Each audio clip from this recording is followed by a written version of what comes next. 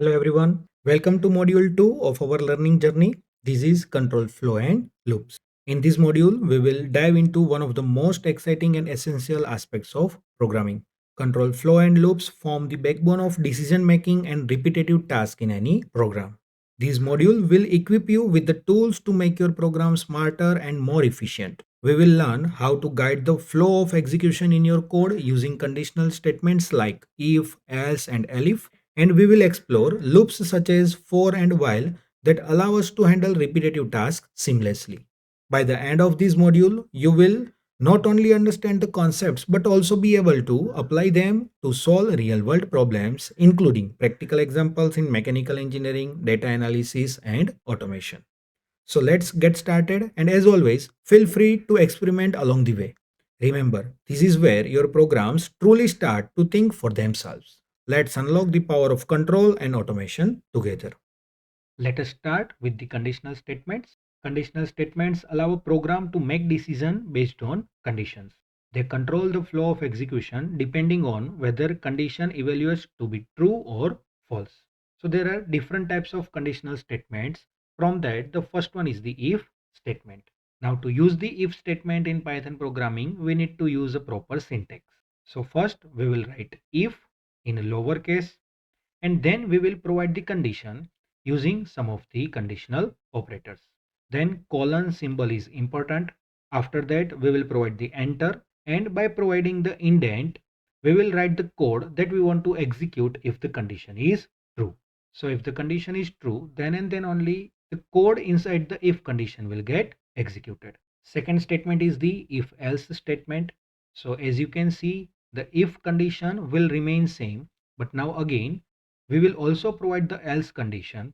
Here keep in mind that the indentation provision is most important.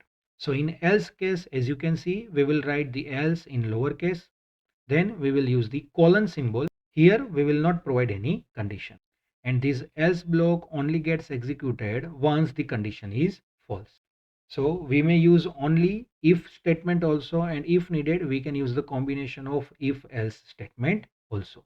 Now the third possible if else statement is with the use of elif statement. So in programming, there may be a possibility that in place of one condition, we want to check for more than one conditions also.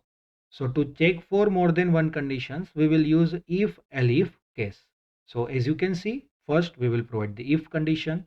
So if first condition is not satisfied, we want to check for the second condition, then we will write elif. Elif in the lowercase, then condition 2, and again if the condition 2 is satisfied, then the code will get executed inside this elif statement. In place of second condition, if we want to again check the third condition also, then again we will also write elif, then we will provide the condition 3.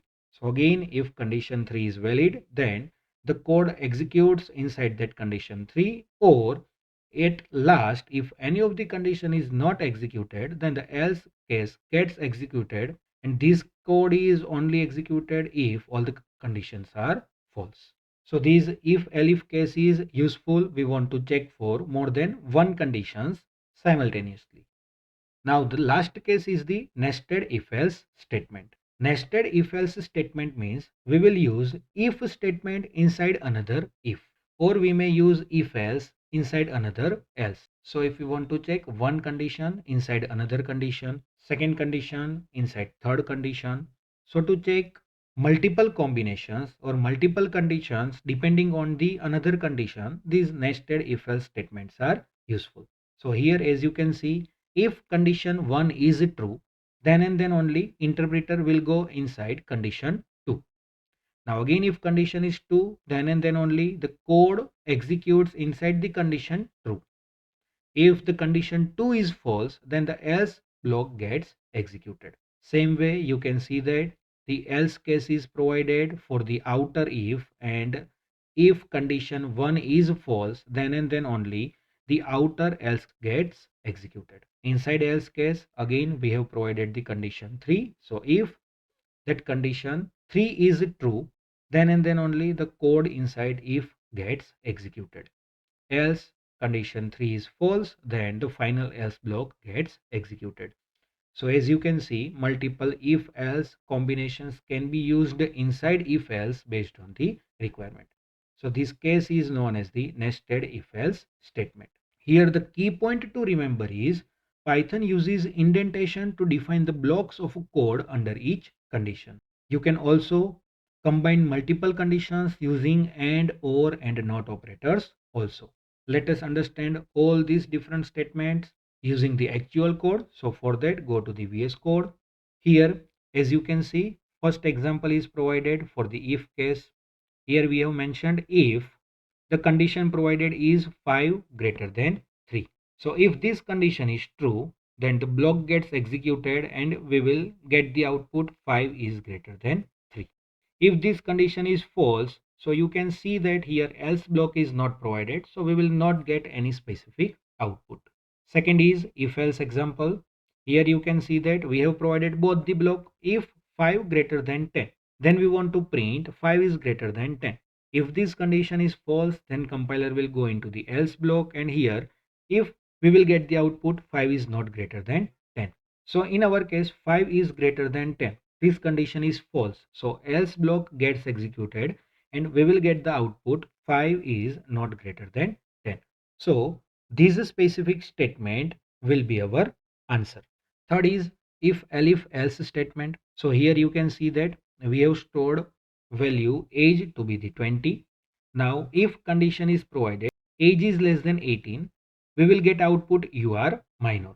But if we want to check for the second condition, elif age equal 18, then we want to print you just become an adult. And if none of these conditions are true, then compiler will go to the else block, and here it gets printed you are an adult. So here our variable age is equal to 20. So let us check first. 20 is less than 18. Condition is false. So we will move to elif. Here 20 equal 18. Again this condition is false. So we will go to the else block, and here we will get the output you are an adult. At last, nested if else statement. Here as you can see, we have provided marks equal to 72. Now we have provided first condition. If marks greater than equal to 75, then it will print you achieved distinction. If that condition is false, then we have provided the second condition. Elif marks greater than equal to 60, then it will print you passed with the first class. Within this statement, if we want to also check if the marks are greater than 70 or not, so inside elif statement we have used again if else block. This is known as the nested if else statement. So if marks greater than 70, then it will execute your score is above 70. Else it will print your score is between 60 and 70. Now suppose if and elif both conditions are false, then interpreter will go to the else block, and here it will print you did not achieve first class. So let us again check with the variable. Marks are the 72. So let us check first condition. 72 greater than equal to 75. False. We will go to second step. 72 greater than equal to 60. True. So it will print you passed with the first class.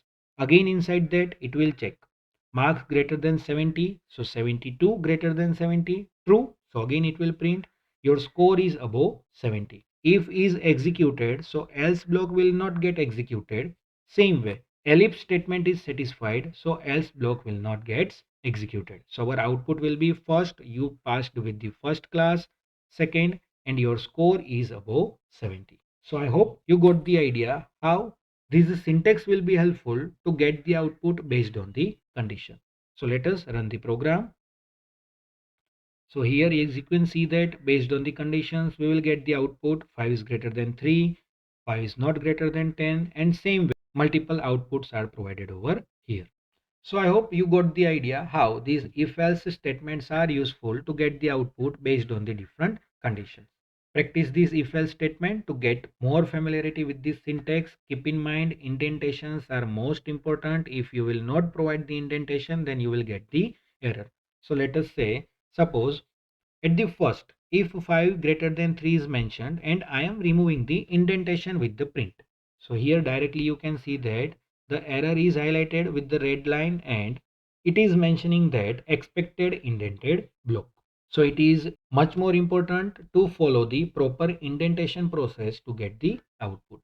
In our next session, we will try some of the another important examples also with the if else statement considering the mechanical engineering examples.